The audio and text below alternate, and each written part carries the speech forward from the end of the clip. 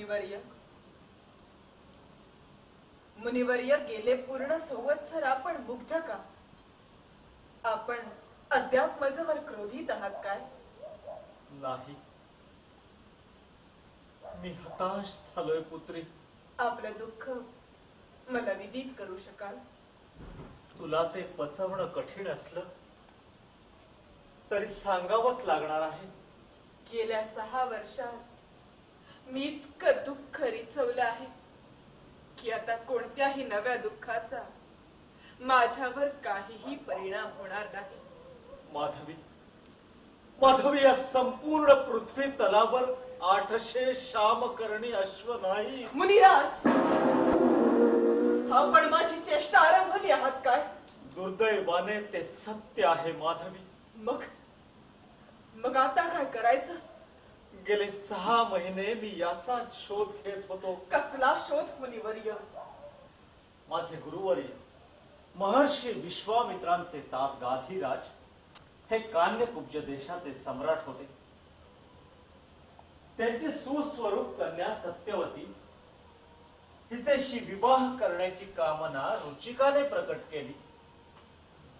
गाधीराजांनी रुचिकापाशी केलेली 1000 शामकर्णी अश्वांची मागणी त्याने वरुण लोकात जाऊन पूर्ण केली. पुढे काही वर्षांनी गाधीराजांनी पुंडरीक नावाचा यज्ञ केला आणि ते सहस्र अश्व ब्राह्मणांना दान देऊन टाकले. रुचिकाकडून मागून घेतलेले ते अश्व गाधीराजांनी दान का देऊन टाकले? तेच एक गूढ आहे. आपले गुरुवर्य त्यांचे पुत्र आहेत ना, मग या गुढाची उकल आपण त्यांच्याकडे जाऊन करावी हे उत्तम. गुरुदक्षिणा दिल्याशिवाय त्यांच्या समोर उभा राहण्यास मी कचरतो आहे. त्या अश्वांचं पुढे काय झालं? हर्यश्व, दिवादोस आणि उशिनर राजाने त्यातले 200 अश्व विकत घेतले आणि उरलेले अश्व कोठे आहेत मुनिराज? उरलेले 400 अश्व रस्ता नदीच्या प्रवाह वेगात वाहून गेले आणि त्यासोबत ते ब्राह्मणही वाहून गेले. आपण सांगता ते सत्य आहे मुनिराज? हो, सत्यच आहे माधवी. म्हणजे आता मी या धर्मपाशातून कायमची मोकळी झाले तर? ते कसं शक्य आहे? गुरुवर्यांनी माझ्याकडे 800 अश्वांची मागणी केली आहे. या संपूर्ण अवनी तलावर 800 अश्व अस्तित्वातच नसतील तर तुम्ही ते त्यांना देणार कोठून? मीही त्याच विवंचनेत आहे मुली. उरलेले अश्व मी कोठून निर्माण करू? त्यात काय मोठंस? जा आणि तुमच्या गुरुवर्यांनाच विचारा. माझ्या अंगी ते धाडस नाही. मग मला त्यांच्याकडे घेऊन चला, मी विचारेन त्यांना. नाहीतरी मला त्यांना एकदा भेटायचं आहेच. आपण त्यांच्याच आश्रमात आलोय पुत्री.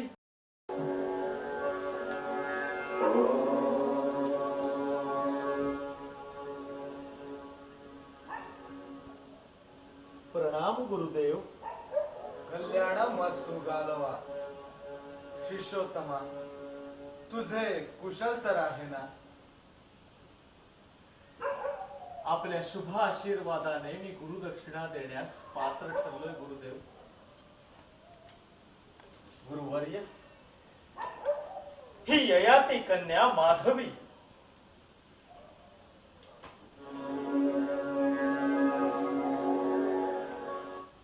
प्रणाम गुरुदेव. गुरुवर्य, हिच्यामुळेच मी अश्व संपादन करू शकलो. किंतु काय गालवा? गुरुवर्य, मी फक्त 600 अश्व, उरलेले 400 अश्व वितस्ता नदीत वाहून गेले गुरुदेव. म्हणजे गुरुदक्षिणा पूर्ण नाही? पण गुरुदेव, त्या उरलेल्या 200 अश्वांऐवजी ही कन्या. मुनिराज, आपण हिचा स्वीकार करावा गुरुदेव. मुनिराज, आपण हे काय आरंभलं आहे? गुरुवर्य, हिची कुशी चक्रवर्ती नरश्रेष्ठांना जन्म देणारी आहे. तेव्हा आपण हे दान स्वीकारा आणि मला ऋणातून मुक्त करा गुरुदेव. मुनिराज, आपण मला बाजारात निलाव करण्यास उभी केली आहात काय? माझ्या गुरुवर्यांचा अवमान होतोय मूर्ख मुली. माधवी, माझ्या समीप ये.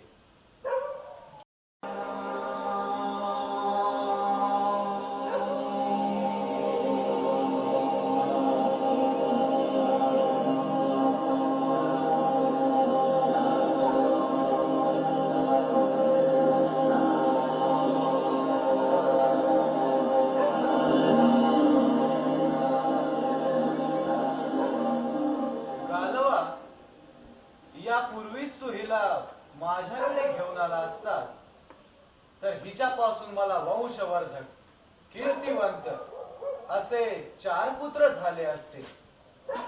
अवमान माझ्या स्त्रीत्वाचा होतोय गुरुदेव. तुला हे मान्य नाही का माधवी? कसली मान्यता विचारत आहात गुरुदेव? मला 4 पुत्र होणार याची, का अश्वांच्या बदल्यात मला ठेवून घेणार याची? गुरुवर्य, ती कर्तव्यपरायण धर्मपरायण कन्या आहे. माझा कार्यनाश ती खचितच करणार नाही. पुत्री, हे माझे परम पवित्र गुरुवर्य आहेत. त्यांना प्रसन्न ठेव. 200 अश्वांच्या बदल्यात मी आणखीन काय काय करायचं? गुरुदेवांना प्रसन्न ठेवायचे. आणखी तुला तुला एक पुत्र झाला की की त्या पुत्राला सोडून मी मग मग मी तुला तुझ्या पित्याकडे घेऊन जाईन. तू येथे राहिलीस की माझ्या गुरुवर्यांना गुरुदक्षिणा प्राप्त होईल. कन्ये, तुझा होकार गृहीत धरायचा का? तुला आपले काही मत मांडायचे आहे का?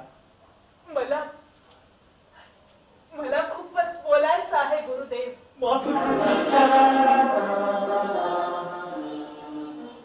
एवढी शेवटची भिक्षा घाल. मी तुझा ऋण आजन्म विसरणार नाही.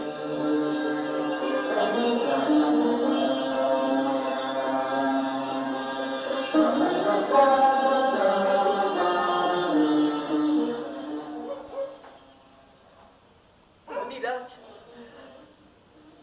माझा माझा होकार समजा.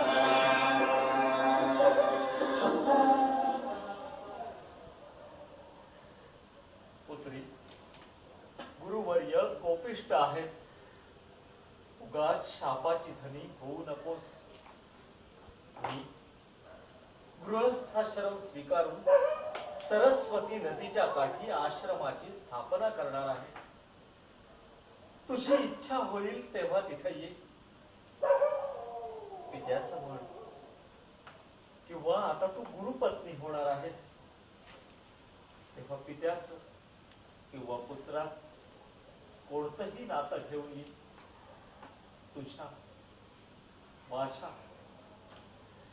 आपल्याकडे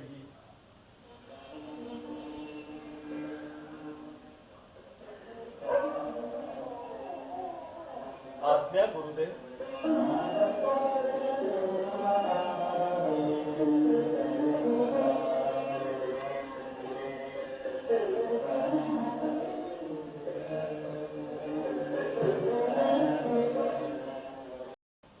माधवी, विवाह तुला मान्य आहे असं मी समजतो.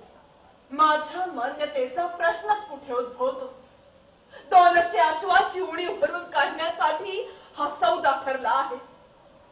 200 अश्वांची सूट तुम्ही दिली असती तर मी या विक्षिप्त धर्मकांडातून मुक्त झाले असते. परंतु परंतु तपश्रेष्ठ जितेंद्रिय मुनिराजांनाही स्त्रीचा मोह आवरता येत नाही, हेच खरं. हा विवाह मी कामप्रेरित होऊन करतोय असं तुला वाटत असेल तर तो तुझ्या अपरिपक्व बुद्धिमत्तेचा दोष आहे. मी केवळ तुझ्या हस्तरेषा पाहिल्या, तुझं सौंदर्य नव्हे. गुरुदेव, मी आपल्या पुत्रालाही जन्म दिला तर अखेर काय? 4 पतींपासून झालेला कोणता पुत्र मला माते म्हणून संबोधित? प्रत्येक ठिकाणी कोळ्या अर्भकाला टाकून मला विवाह वेदीवर उभं केलं जात होतं. या दोषी कोण? कालमुनी की मला दाब देऊन टाकणारे माझे पिता, की या अनर्थाचं मूळ असणारे आपण, अनिवार्य अशा कर्तव्याला शरण जाणं, किंवा देहत्याग, हे दोनच मार्ग माझ्या पुढे आहे. माझ्या भावनांचा पार सुराडा झालाय. माधवी, लाह्या फुटाव्यात तसं तू बोलतेस. दोष तुझा नाही, न्यूनगंडाने तुला पछाडलं आहे. वसिष्ठांचं ब्राह्मतेज पाहून मलाही क्षत्रिय तेजाचा असाच न्यूनगंड आला होता. फक्त समर्थ हो, तुझं क्षेत्र पवित्र आहे. हा विवाह कामपूर्तीसाठी नाही हे लक्षात घे. क्षत्रिय तेजाचा न्यूनगंड? होय माधवी, गाधी राजांचा मी पुत्र. महामुनी, एक प्रश्न विचारू? अवश्य विचार. गुरुदेव, आपल्यासारख्या तापसी मुनिवरांना या अश्वाचा मोह झालाच कसा? माधवी, काही कामना आपल्या इच्छेविरुद्ध आपल्या मनात दबा धरून बसलेल्या असतात. माझ्या भगिनीच्या विवाहात रुचिकाने एक सहस्त्र श्यामकर्णी अश्व दिले होते. मी क्षत्रिय राजकुमार होतो. त्या अश्वांवर माझे मन बसले. त्याच वेळी गुरु वसिष्ठांच्या ब्राह्म तेजाचे मला फार आकर्षण वाटू लागले होते.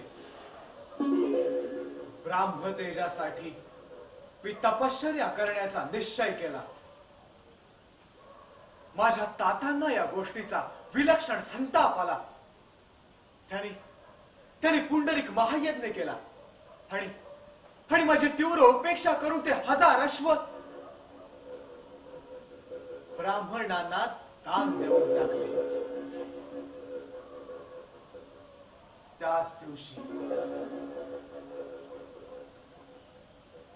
त्याच दिवशी मी राज्य सोडलं. तरी ते अश्व मनात कुठेतरी फिरत होते. गुरुदेव, आपण स्वच्छ मनाने सार मान्य केलं. आपण श्रेष्ठ आहात. माझी आपल्याला एक विनंती आहे. बोल माधवी. गुरुदेव, मला विद्या दान द्या. खूप शिकवा, पंडिता करा. मला खरं रूप फोतुरू, खरा धर्म आणि लादलेला धर्म हे सार स्पष्ट दिसायला हवं. ते प्रवचनातून मांडता यायला हवं. तथास्तु भाई.